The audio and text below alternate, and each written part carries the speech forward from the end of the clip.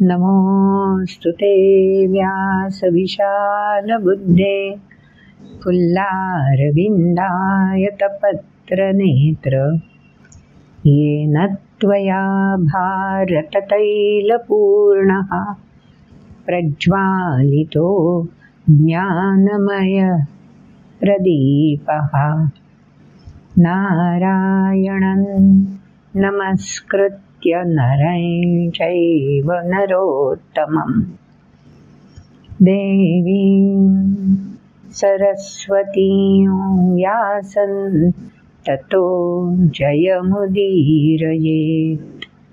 ॐ श्री परमात्मने नमः।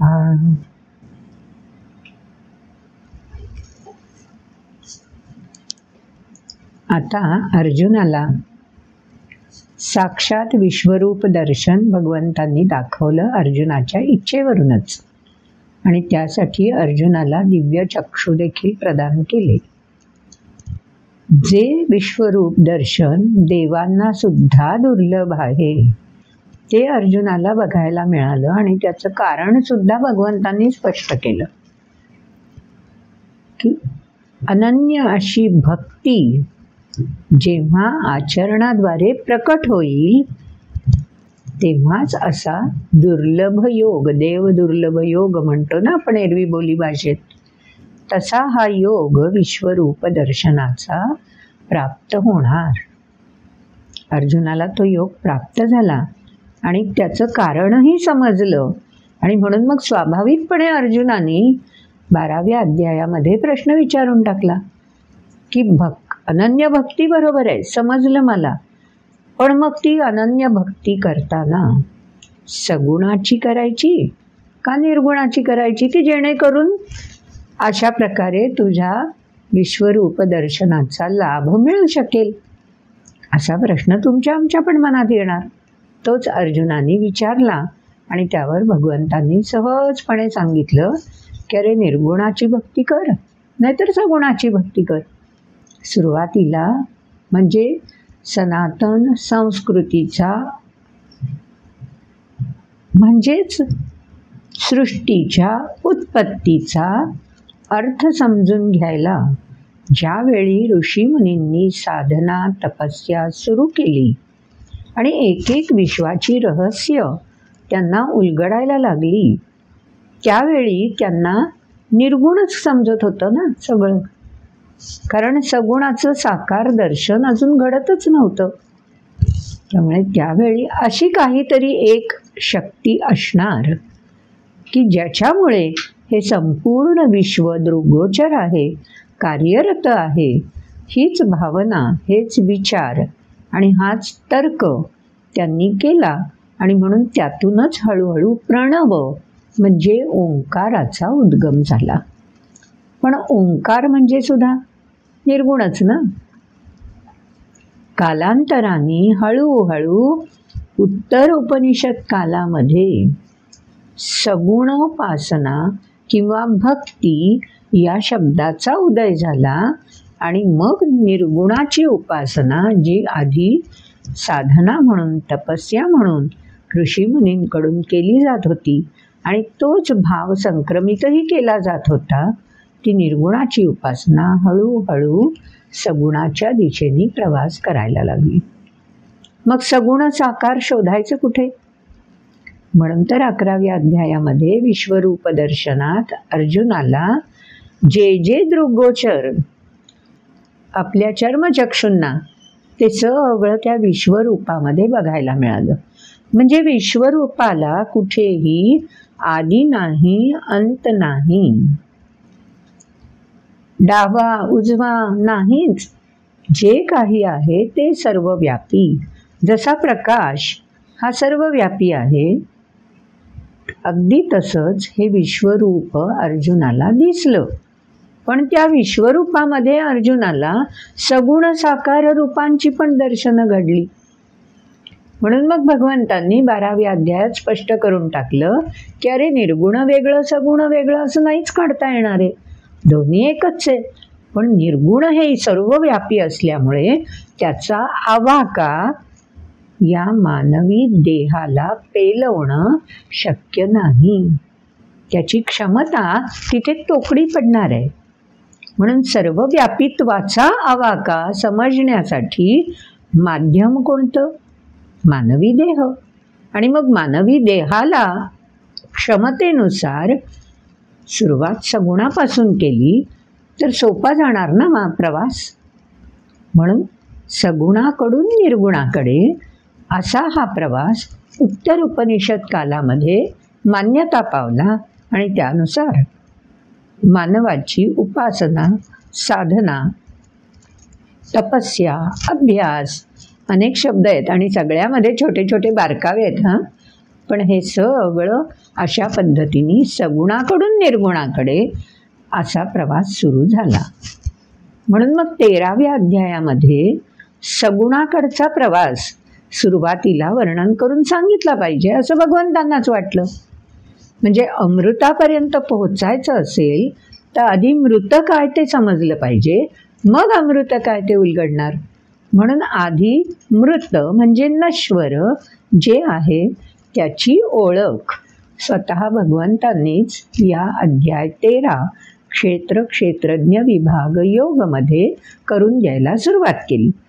त्याचा सुरुवातीचा भाग म्हणजे क्षेत्राची ओळख. क्षेत्र म्हणजे नश्वर देह, शरीर. त्याची ओळख. हा नश्वर देह कोणकोणत्या घटकांपासून बनला आहे, सृष्टीशी तो का जोडलेला आहे. कारण सगळ्या सृष्टीमध्ये जी नश्वरता आहे, जो देहाकार आहे, त्याचे जे घटक तेच मानवी देहाचे आहेत.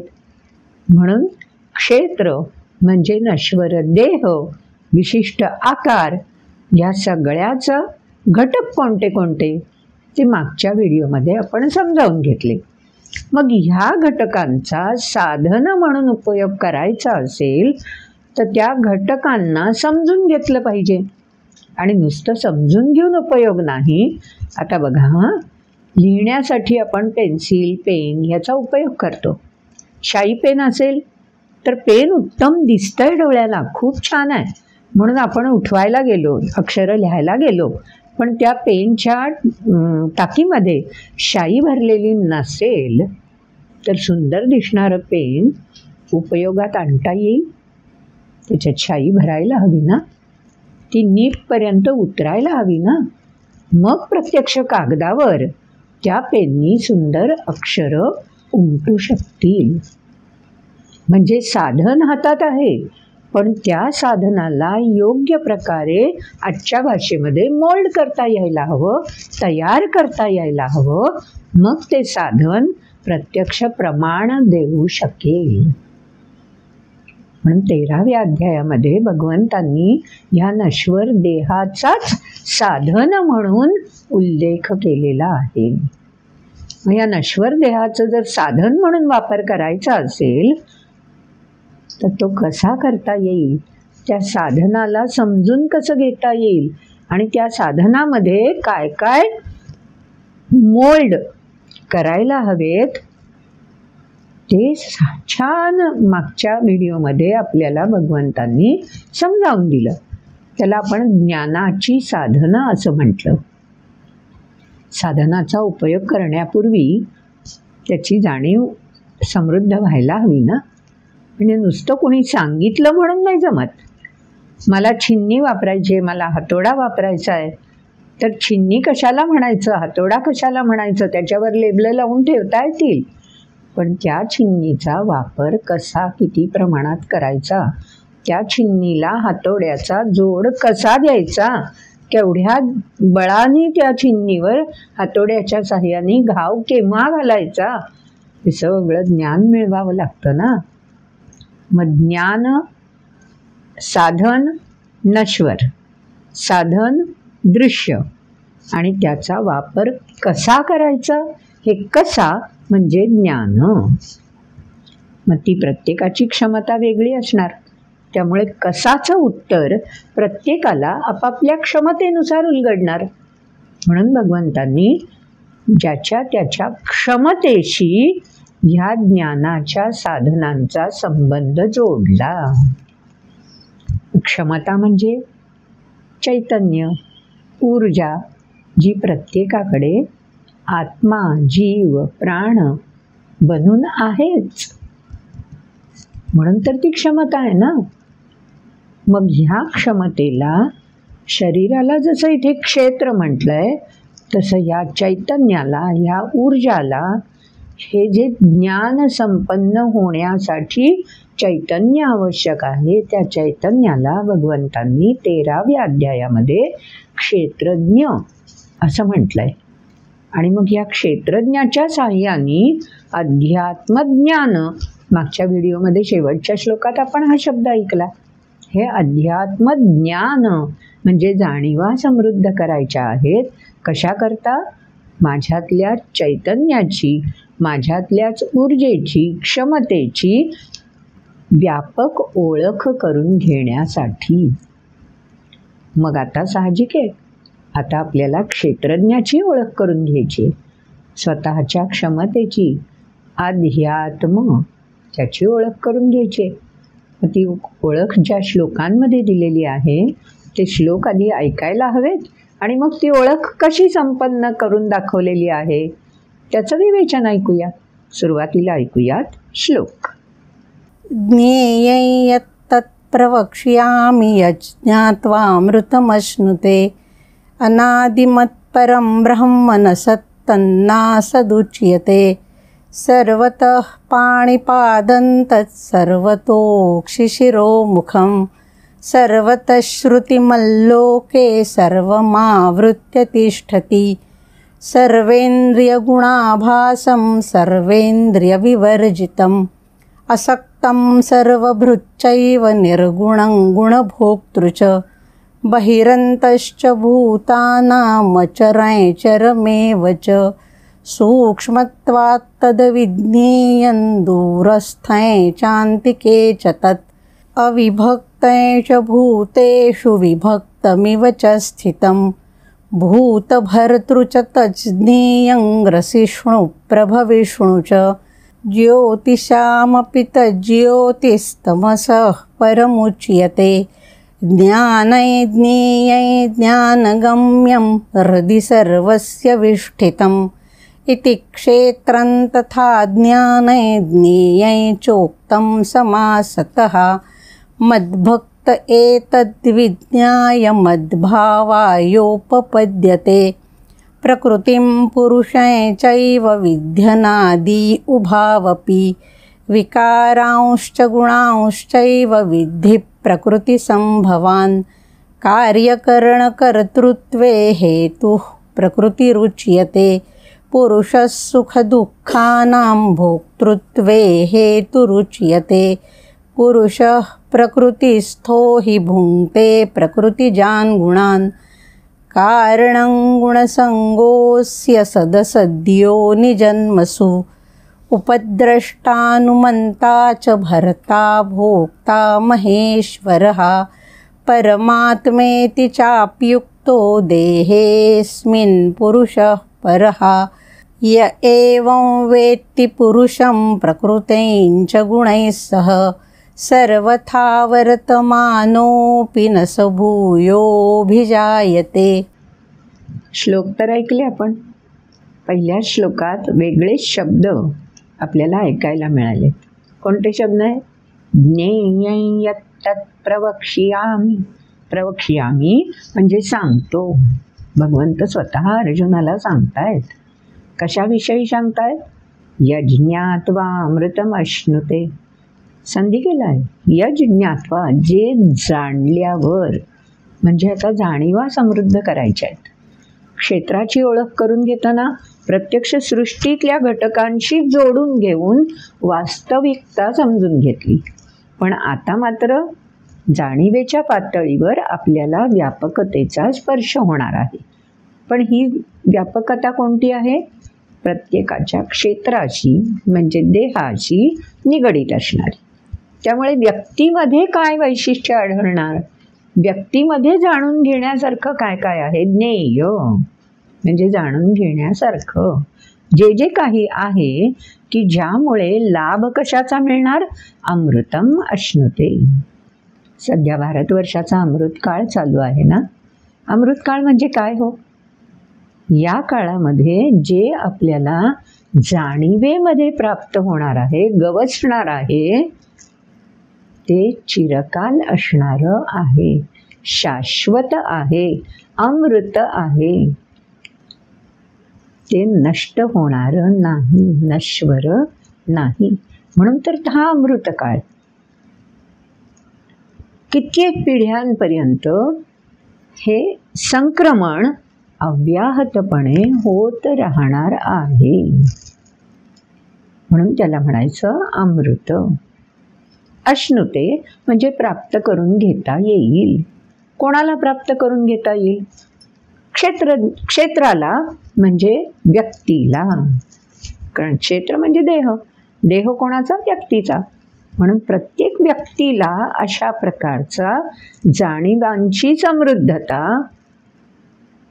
ही अमृतासमान चिरकाल स्वतःजवळ संचित बनून राहणारी प्राप्त करून घेता येईल. म्हणजे नेमकं काय? सोपं आहे. पुढच्या ओळीत सांगितलं, अनादिमत परम ब्रह्म न सत्य न असदुच्यते.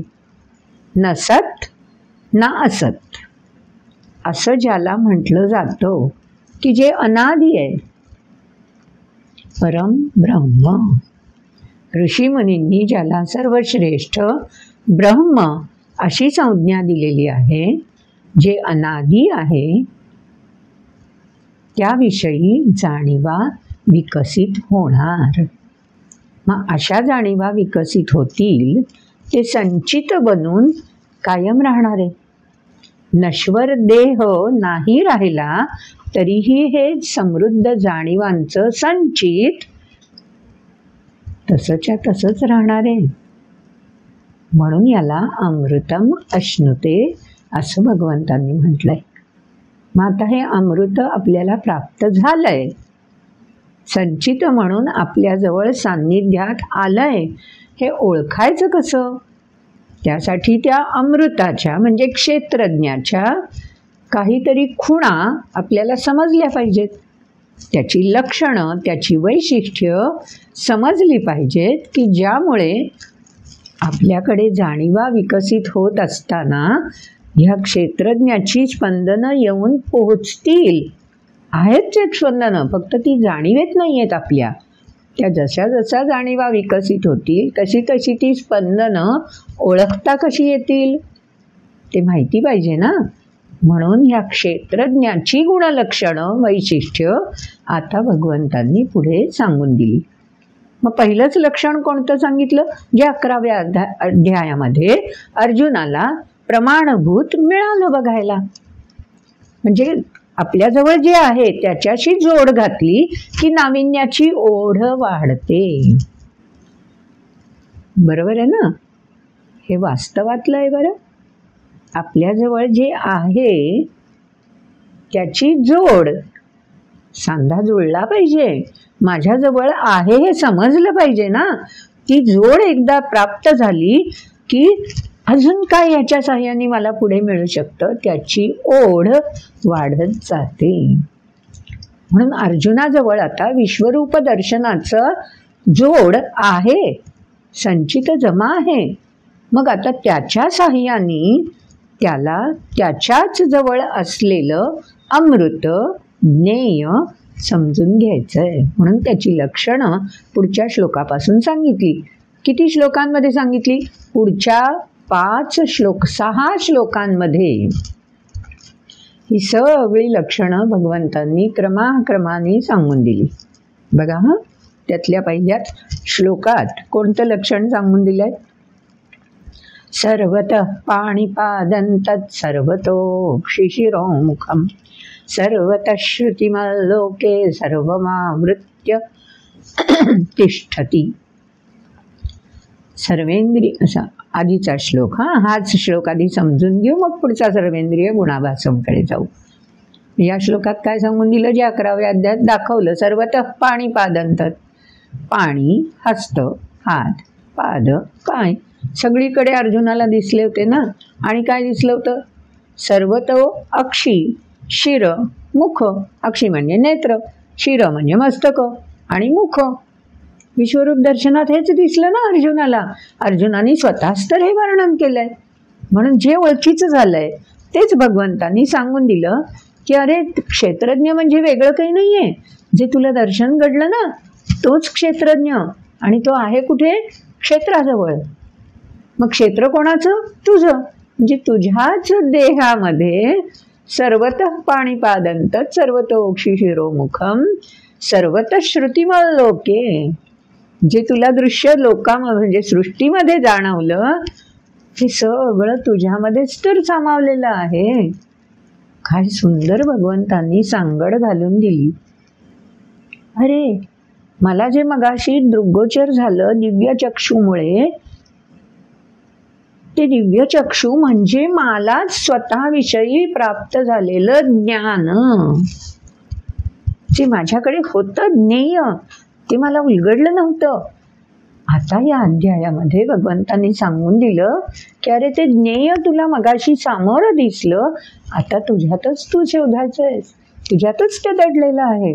म्हणून पुढच्या श्लोकात सांगून दिलं सर्वेंद्रिय गुणाभासम सर्वेंद्रिय विवर्जितम. अरे इंद्रियांच्या लक्षणाद्वारे, गुण म्हणजे लक्षण, इंद्रियांद्वारे हे प्रकट होत राहतं. विश्वरूप दर्शनमध्ये तेच दिसलं ना. पण इंद्रियांपासून ते अलिप्त पण असतं. आता ही सगळी लक्षणं आपल्या स्वतःमध्ये आपण जाणून घ्यायचा प्रयत्न करायला लागलो की आपल्याला उलगडलं. इंद्रियांमध्ये आहे पण इंद्रियांच्या पल्याड आहे. कोड आहे ते. म्हणून तर ज्ञेय, म्हणून तर ते जाणीवांशी जोडलेलं आहे. असं नाही आचरणातून समजणार आहे. त्यासाठी तपस्या हवी, साधना हवी, एकाग्रता हवी, आणि अर्जुनासारखी अनन्य भक्ती, श्रद्धा, दृढता हवी. म्हणजे मग इंद्रिय विवर्जितम आणि इंद्रिय गुणाभासम, इंद्रियांद्वारे प्रकट होतं पण आणि इंद्रियांद्वारे पूर्ण प्रकट होऊ पण नाही शकत. खरंच आहे ना. असंच कितीतरी वेळा चित्रकार चित्र काढतो किंवा एखादा गायक सुंदर एखादा राग, एखादी बंदिश सादर करतो. समोरचे तर अगदी वाह वाह मंत्रमुग्ध होऊन जातात. पण स्वतः गायक किंवा स्वतः चित्रकार मनात काय म्हणत असतो? नाही नाही, ह्याच्यापेक्षा मी अजून छान पोहोचवू शकलो असतो. सर्वेंद्रिय गुणाभासम, सर्वांना समाधान मिळालं, पण सर्वेंद्रिय विवर्जितम, त्या इंद्रियाच्या पल्याड अजून काहीतरी शिल्लक उरलंय ते त्याला जाणवतं. म्हणून तर क्षेत्रज्ञ त्या व्यक्तीशी निगडीत. अजून पुढच्या ह्याच्यात काय? असक्तम सर्वभृच्चैव निर्गुणं गुणभोक्तृच. असक्तम सर्वभृच्चैव, कशाचीही लालसा नाही, कशामध्ये लिप्तता नाही, असक्त. नदीचं पाणी, जसं नदी आमच्या गावची म्हणतो, पण नदीचं पाणी ते तर प्रवाहित पार समुद्रापर्यंत होतच जातं की. असक्तम सर्वभृच्चैव निर्गुणं, तरीही गुणभोक्तृ, नदी आमची असते. आम्हाला त्या नदीविषयी जो जिव्हाळा आहे, आमच्या गावची नदी म्हणून, तो ती नदी तृप्तता देतेच की. नदीला स्पर्श केला, नदीमध्ये स्नान केलं, नदीची गप्पा मारल्या, बसलो पण किनाऱ्यावर, अरे काय सुंदर अनुभव असतो ना तो. म्हणजे सर्वे गुणभोक्तृच. नदी तर निर्गुण आहे हो, तिथं अखंड प्रवाही आहे. नदी म्हटलं तर असं काही वस्तू म्हणून दाखवू शकतो, तिचा काही विशिष्ट आकार दाखवू शकतो? निर्गुण. पण तरीही गुणभोक्तृ आहे. ती नदी आम्हाला आमची माता म्हणून भेटते ना. म्हणून तर आम्ही गंगा माता म्हणतो. आमच्या गावच्या नदीला सुद्धा आम्ही माता म्हणतो. म्हणजे ती आमच्याशी गुणांनी जोडलेली असते, लक्षणांनी जोडलेली असते. म्हणून निर्गुण पण आहे आणि गुणभोक्तृ पण आहे. नदी हे एक उदाहरण दिलं. म्हणून तर आमच्यासाठी निसर्गसुद्धा देवता आहे. सृष्टी आमच्यासाठी देवी आहे आणि आमचा देश निर्गुण आहे, पण आमच्यासाठी गुणभोक्तृ माता आहे. म्हणून आम्ही भारत माता म्हणतो. ती माती जी आहे ती आमचं लालन पालन करते. म्हणून मातीचा आकार आहे, मातीची काही विशिष्ट बंदिस्तपणा आहे नाही आहे, पण आम्हाला ती देवी समान आहे. म्हणून ती मातीसुद्धा आम्हाला माते समान प्रिय असते. म्हणून परदेशी गेलेल्या व्यक्ती जेव्हा परत येतात तेव्हा इथल्या मातीचा सुगंध त्यांना वेढून राहतो. तेव्हा त्यांना जो आपलेपणा, जो जिव्हाळा स्पर्शतो, ज्ञेय निर्गुणं गुणभोक्तृच. अजून पुढच्या श्लोकात सांगून दिलंय, बहिरंतश्च भूतानाम. भूतानाम म्हणजे प्राणी मात्र, तुम्ही आम्ही सगळे. तुमच्या आमच्या बहिही आणि अंतस्थ, दोन्हीकडे विराजमान आहे ना. माझ्या भूमीवरून येणारा, माझ्या गावाकडून येणारा वारा सुद्धा मला गावची खबरबात देतो. पण तो शेजारी बसलेला माझा मित्र ती खबरबात जाणू शकतो का? नाही, कारण तो बहीही आहे, त्याचा संबंध नाही ना तिथे. पण माझा संबंध त्या येणाऱ्या झुळकांशी, मला गावाशी नेऊन थेट भिडवणारा आहे.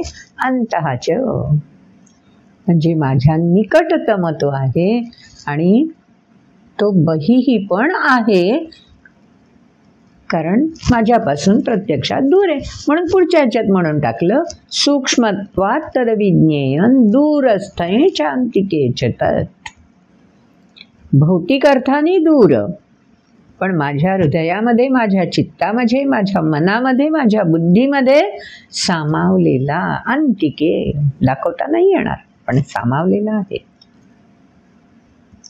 स्पर्श, आजीनी पाठीवर फिरवलेला हात, आईचा प्रेमळ स्पर्श किंवा आपल्या प्रिय व्यक्तीचा स्पर्श, हा ती दूरस्थ आहे. दूर कुठे कोणत्याही कारणामुळे जवळ नसेल तरी पण स्मरणाने अंतिके तो स्पर्श आपल्याला अखंड जाणवत राहतो. तसं ह्या क्षेत्रज्ञाचं आहे की तो आपल्याला वाटतो, अरे तो आहे कुठे आत्मा, कळत तर काहीच नाही आहे, पण तो ज्ञेय असा आपल्यामध्ये सामावलेला असतो. आणि ज्यावेळी आपण अशा प्रकारे अनन्य भक्तीनी दृढतापूर्वक एकाग्र होतो तेव्हा त्याची साक्ष पटते, अंतिके ज्याची त्याला पटते. म्हणून पुढच्या श्लोकात सांगून दिलंय, सूक्ष्मत्वात् तद्विज्ञेयं. सूक्ष्म आहे त्या लहरी. बघा हा, आता वटवाघुळाला ज्या ध्वनी लहरी परिचित असतात, ऐकू येतात, भौतिकता म्हणजे वास्तविकता आहे ही, त्या तुम्हा आम्हाला ऐकू येतात नाही येत. अन्य प्राण्यांची भाषा ही ज्या त्या प्राण्यालाच उलगडते, आपल्याला फक्त तो ध्वनी म्हणून येतो, त्यातला अर्थ नाही उलगडत. म्हणून सूक्ष्मत्वात ज्याचं त्याला मर्म कळतं, म्हणून सूक्ष्मत्व.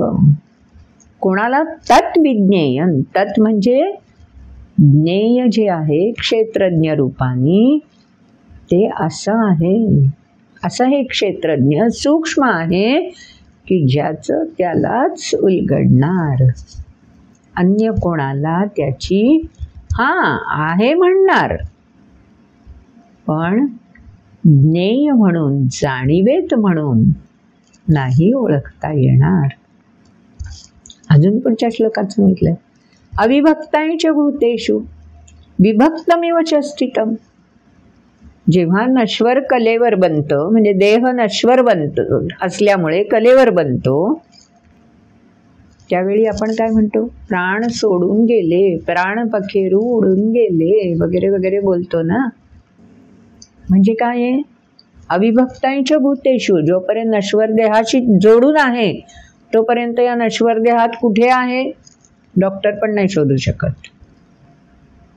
अविभक्तांच भूतेषु विभक्तमिव च स्थितम्. म्हणजे कितीही शोध घेतला तरी त्याच्यापेक्षा कुठेतरी वेगळंच असं जाणवत राहतं. म्हणून विभक्त पण आहे आणि अविभक्त पण आहे. जाणीवेत अविभक्त आणि नेणिवेत विभक्त. म्हणून पुढच्या ह्याच्यात अजून एक लक्षण सांगून दिलं. ओळखायचं कसं त्याला? भूत भर्तृ च तज्ज्ञेयं ग्रसिष्णु प्रभविष्णुच. भूतमात्राचा अस्तित्वाचा कालावधी किती असावा?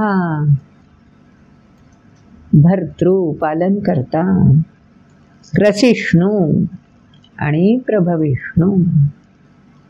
तिन्ही भूमिका, सृजन, पालन आणि ग्रसन. हा सगळा कालावधी ज्याच्यामुळे निश्चित होतो तेच तर चैतन्य, तीच तर आपल्याकडची ऊर्जा, तीच तर क्षमता. आपल्याला वाटत आहे आपण शरीराने विकसित होतोय, तारुण्य आलंय, आता आपण भूतभर्तृ तो पालन करता आहे, आपण असेच विकसित राहणार. आपोआप हळूहळू जाणवायला लागतं ग्रसिष्णू. ऊर्जा आहे, पण जशी पेशी ठराविक काळापर्यंत विकसित होत राहते, फूल पूर्ण विकसित होईपर्यंत आपल्याला वाटतं अजून एखादी पाकळी उलगडेल, अजून क्षण कळतो तो शेवटचा. उमगलेला कोणाला असतो? त्या फक्त फुलाला.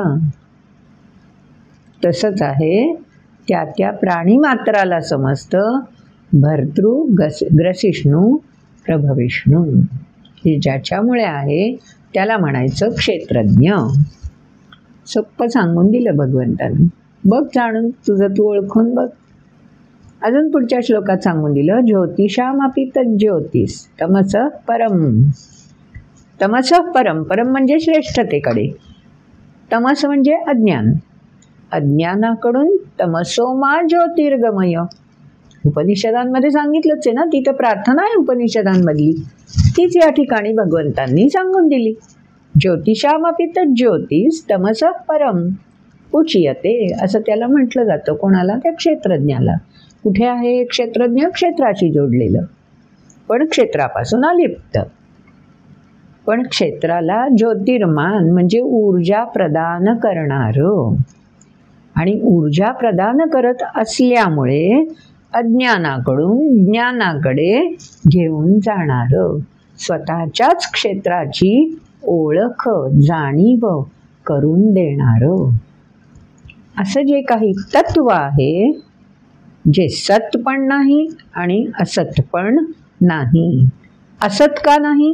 तर या क्षेत्राची संगत सुटल्यावर ते सत आहे. पण सत का नाही? कारण ते क्षेत्रामुळे दृगोचर होत राहतं. त्यामुळे असं हे अतूट नातं आहे.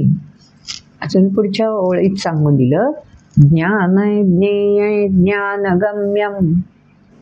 ज्ञान, मागच्या व्हिडिओमध्ये आपण ह्या ज्ञानाविषयी समजून घेतलं. ज्ञेय आत्ता समजून घेतोय.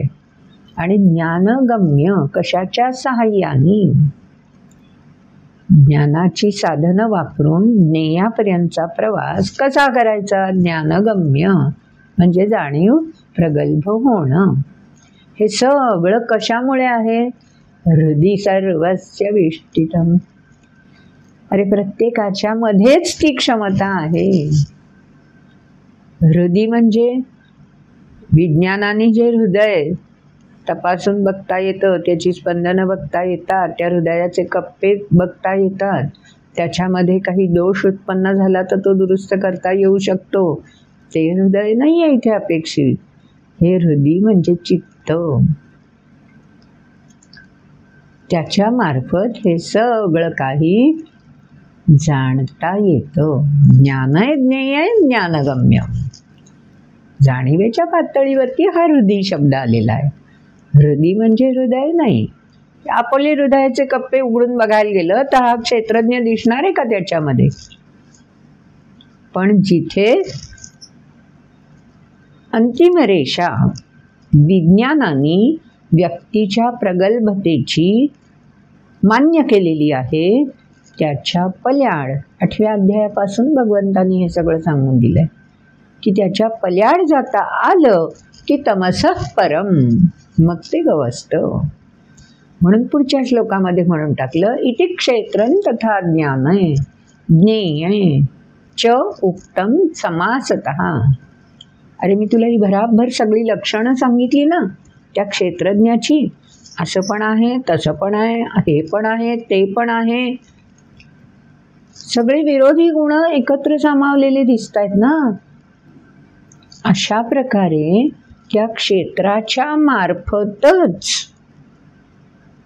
जाणीवा क्षेत्रज्ञाविषयीच्या विकसित होत राहतील. हे सगळं मी तुला समासतः संक्षेपाने सांगितलं.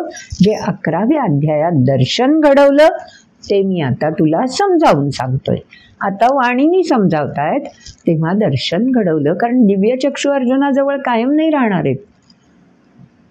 पण वाणीच्या साह्याने जे समजलं, श्रुतींनी जे ऐकलं, बुद्धीमध्ये जे स्मृतीत कप्प्यात बंद झालं, ते मात्र अर्जुनाजवळ नश्वर देहासोबत सदैव राहणार आहे. म्हणून हा 13वा अध्याय की जे जिथे दर्शन घडलं ते दिव्यचक्षु तात्पुरते दिलेले, मग पुन्हा चर्मचक्षूंचाच प्रवास सुरू होणार आहे. त्याही वेळी त्या जाणीवा ज्या प्रगल्भ झालेल्या आहेत ते कायम राहाव्यात आणि सत्यच्या दिशेने प्रवास करता यावा. म्हणून 13व्या अध्यायाचं प्रयोजन हे स्वतः भगवंतांनीच पुढच्या श्लोकात सांगितलंय. मग ते सांगताना काय भगवंत पुढे म्हणणार आहेत, त्यासाठी शेवटची ओळ सांगितलं, मद्भक्त एतद्विज्ञाय मद्भावा उपपद्यते. मद्भक्त महत्वाचं आहे. आता मद म्हणजे माझा. हा माझा कोण, मी कोण? काही जण म्हणतात भगवद्गीतेत सारखं तर भगवंत मी मी मी, माझं माझं माझं, मला मला मला असंच तर म्हणतात. मग हे मी माझं मला हे काय आहे? तसं नाही आहे. भगवंत जेव्हा मी माझं मला म्हणतात तेव्हा तुझ्यातल्याच तुला उल्लेख करत असतात. कारण प्रत्येकामध्ये जो क्षेत्रज्ञ बनून दडलेला आहे, बसलेला आहे, स्थिरावलेला आहे, तोच तर अगम्य असा मी, माझ्यातला मी, तो मलाच बघणार ना. त्याची ओळख इथे मी माझा मला असं म्हणून भगवंतांनी करून दिलेली आहे.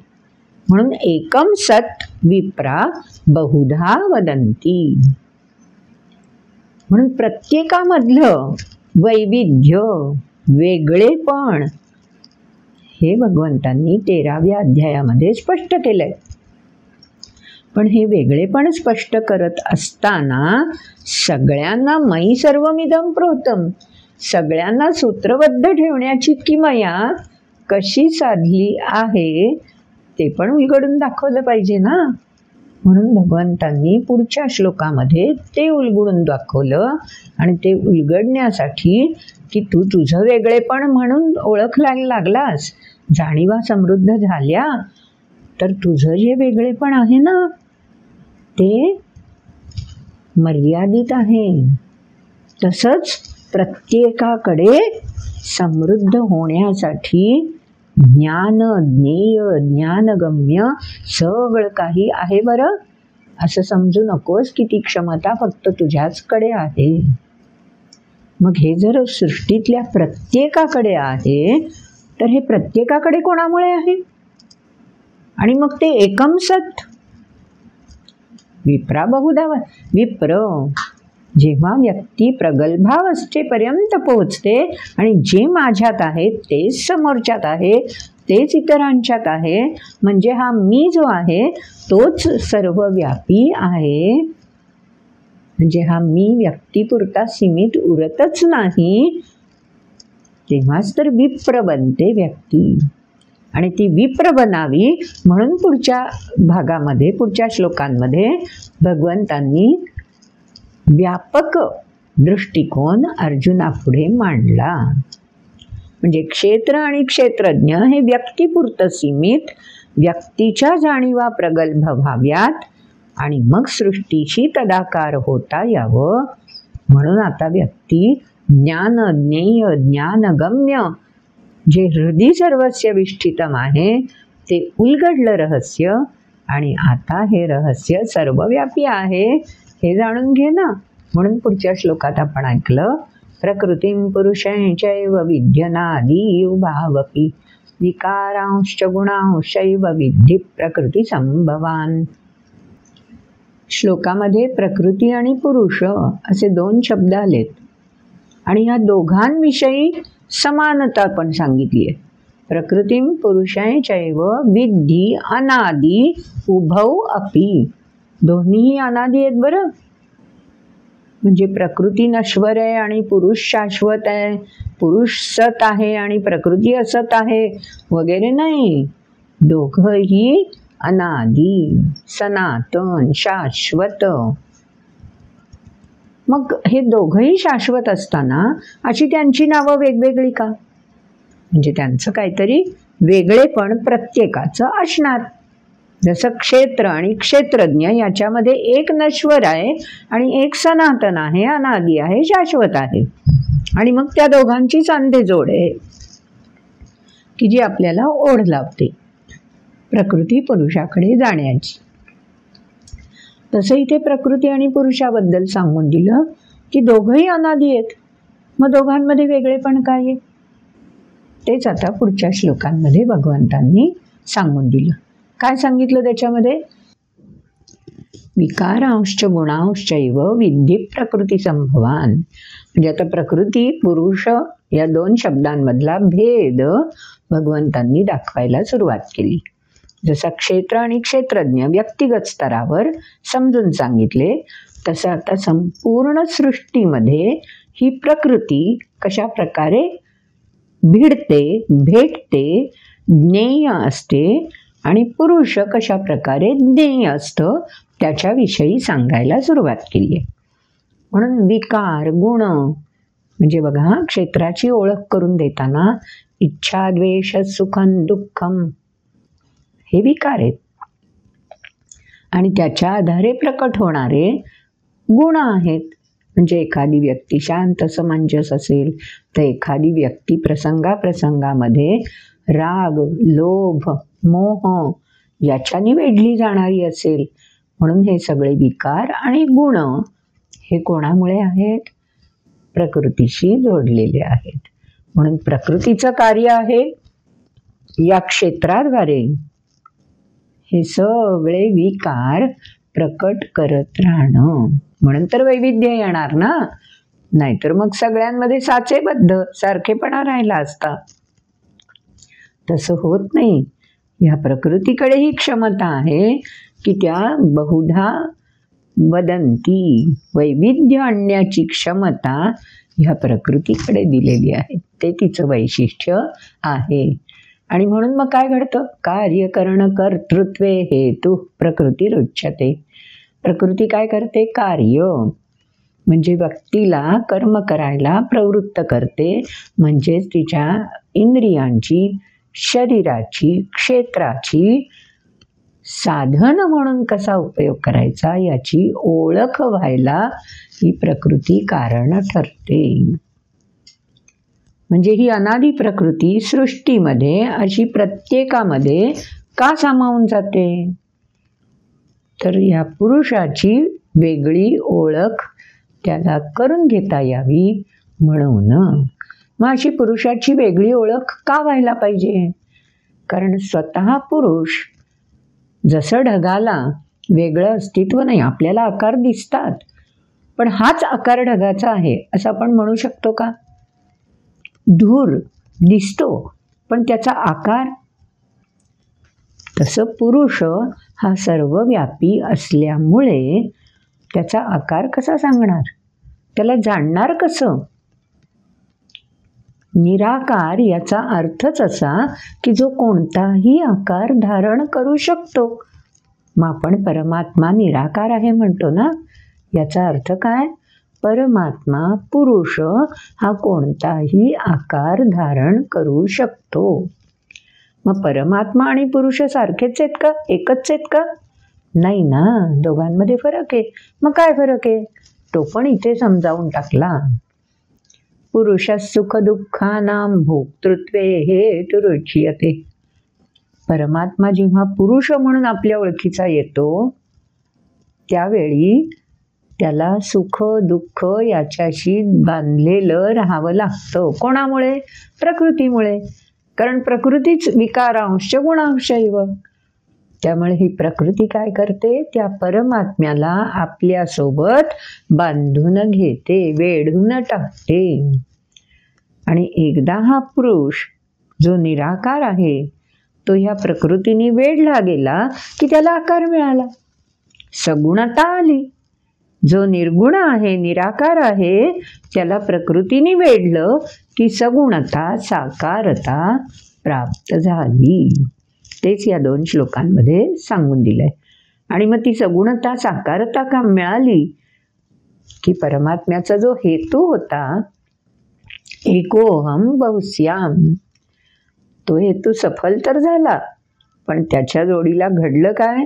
पुढच्या श्लोकात सांगून दिलं. पुरुष प्रकृतीस्थो हि भुंक्ते प्रकृतिजान गुणान.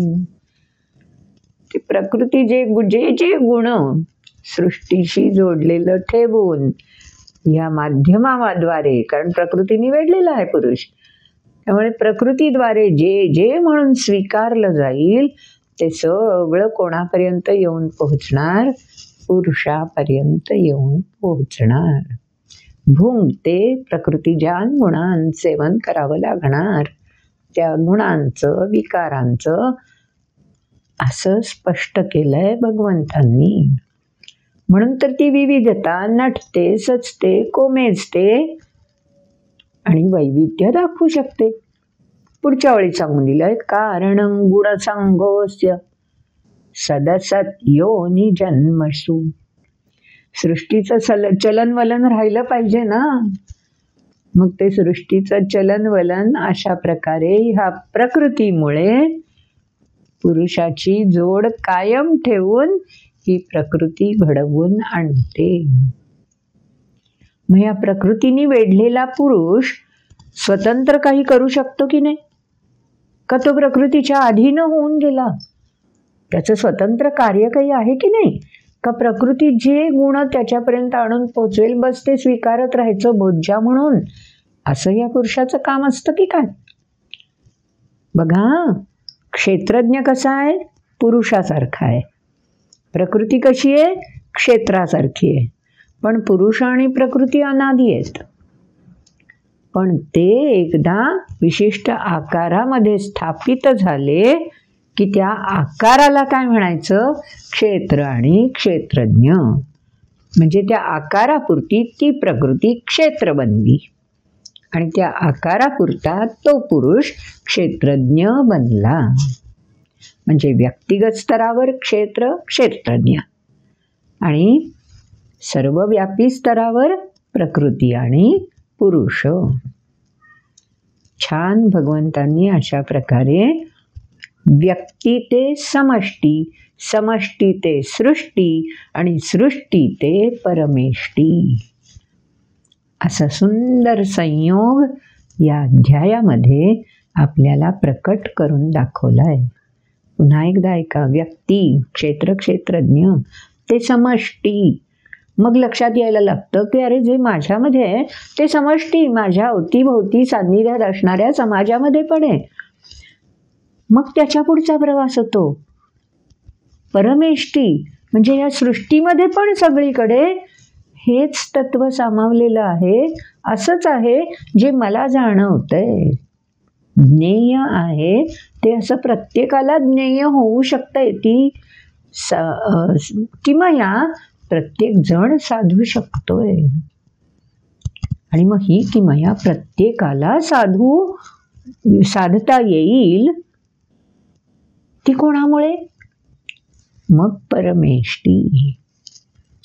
म्हणजे त्या परमात्म्याची ओळख अशा प्रकारे प्रकृतीचं आवरण गळून पडल्यावर होते. पण जोपर्यंत प्रकृतीचं आवरण आहे तोपर्यंत हा पुरुष कोणकोणत्या भूमिका निभावतो? प्रकृतीच्या संगेत उपद्रष्टानुमंता च भर्ता भोक्ता महेश्वरः परमात्मेति चाप्युक्तो देहेऽस्मिन् पुरुषः परः. देहेऽस्मिन्, अस्मिन् देहे साकारता, त्या विशिष्ट आकारामध्ये श्रेष्ठ, ज्याच्यामुळे तो आकार कायम राहणार आहे त्याला म्हणायचं पुरुष.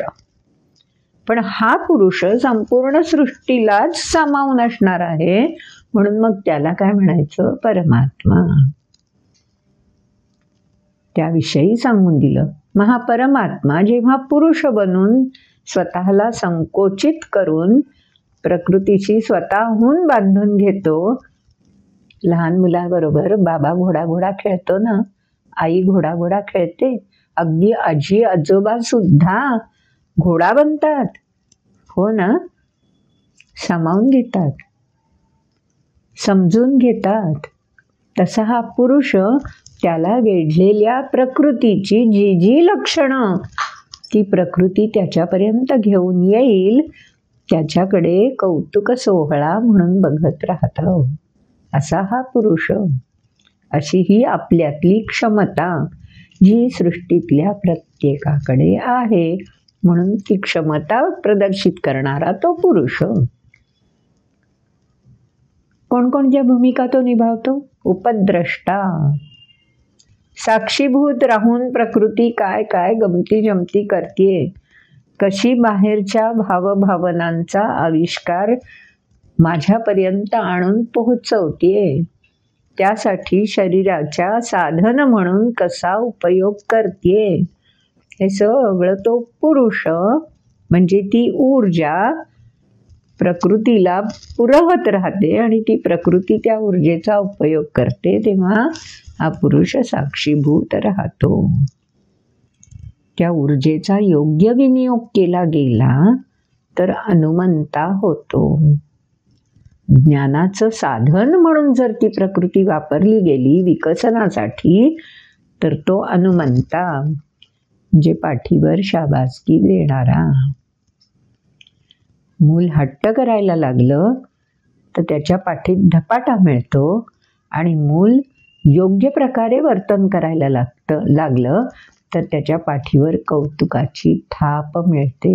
दोन्हीमध्ये पाठीवर थापच आहे, पण एक धपाटा आणि एक कौतुकाची थाप. म्हणून आधी साक्षीभूत, काय काय करायचंय ते खेळा होऊ जाऊ दे, खेळूया.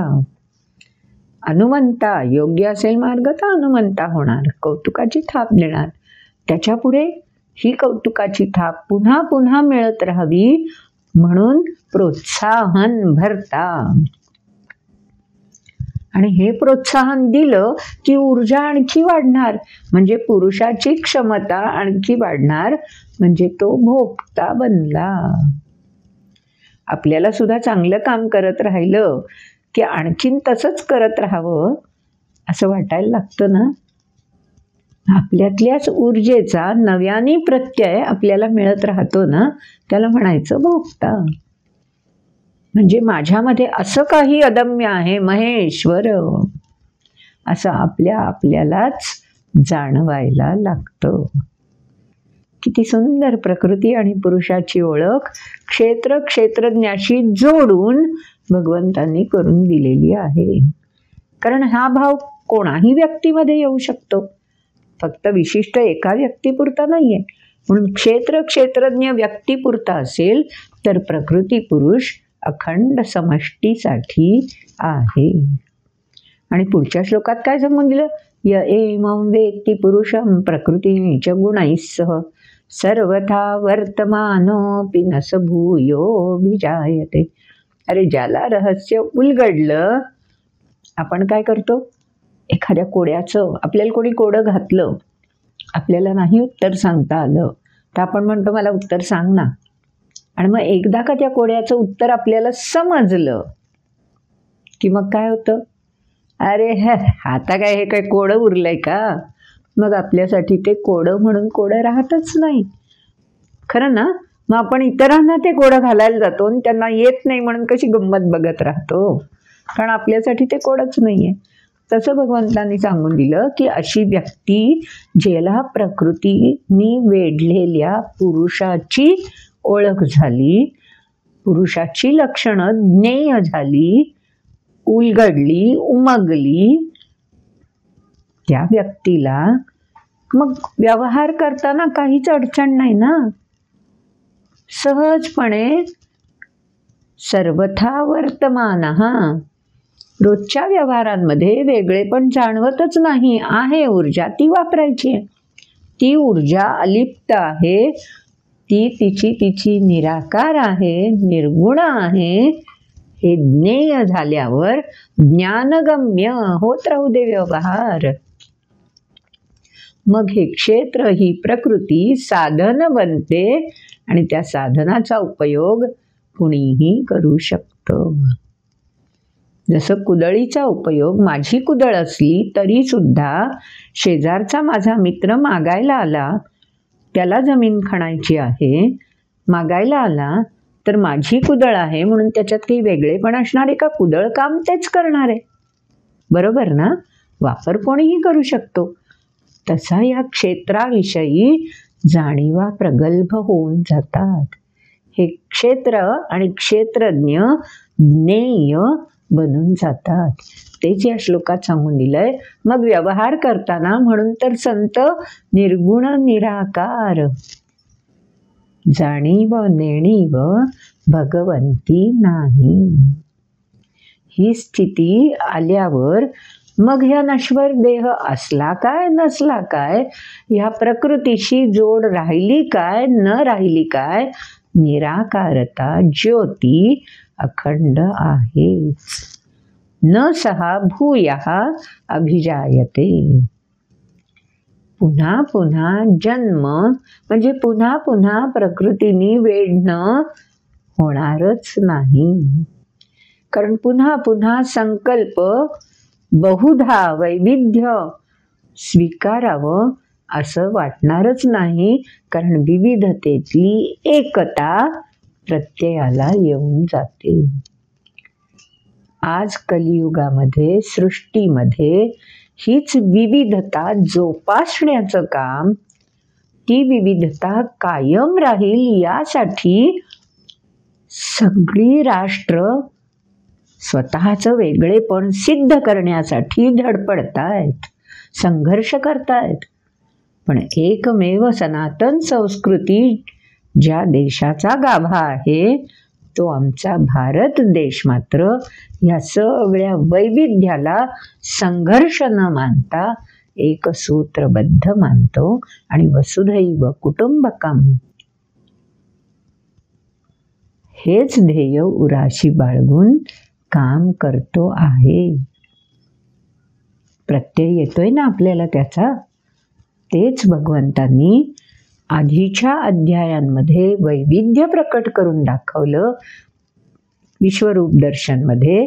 आता त्या वैविध्यामधली एकता, त्याचं रहस्य, त्याचे बारकावे या 13व्या अध्यायात भगवंतांनी उलगडून दाखवले आहेत. म्हणजे प्रवास जो आहे तो स्थूलाकडून सूक्ष्माकडचा प्रवास सुरू होतो आहे. व्यक्तित्वाकडून व्यापकत्वाकडचा हा प्रवास सुरू होतो आहे.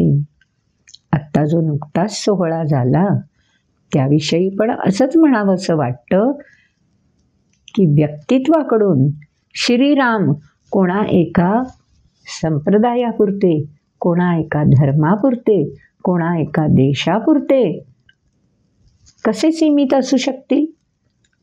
कारण श्रीरामांचा प्रवासच मुळी व्यक्तित्वाकडून व्यापकत्वाकडे झालेला आहे.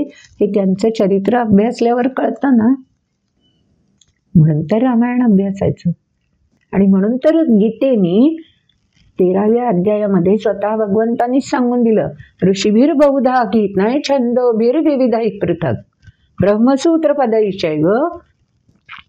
आधी सांगितलंच रे सगळं हे, मी फक्त नव्याने त्याची गुंफण करतोय.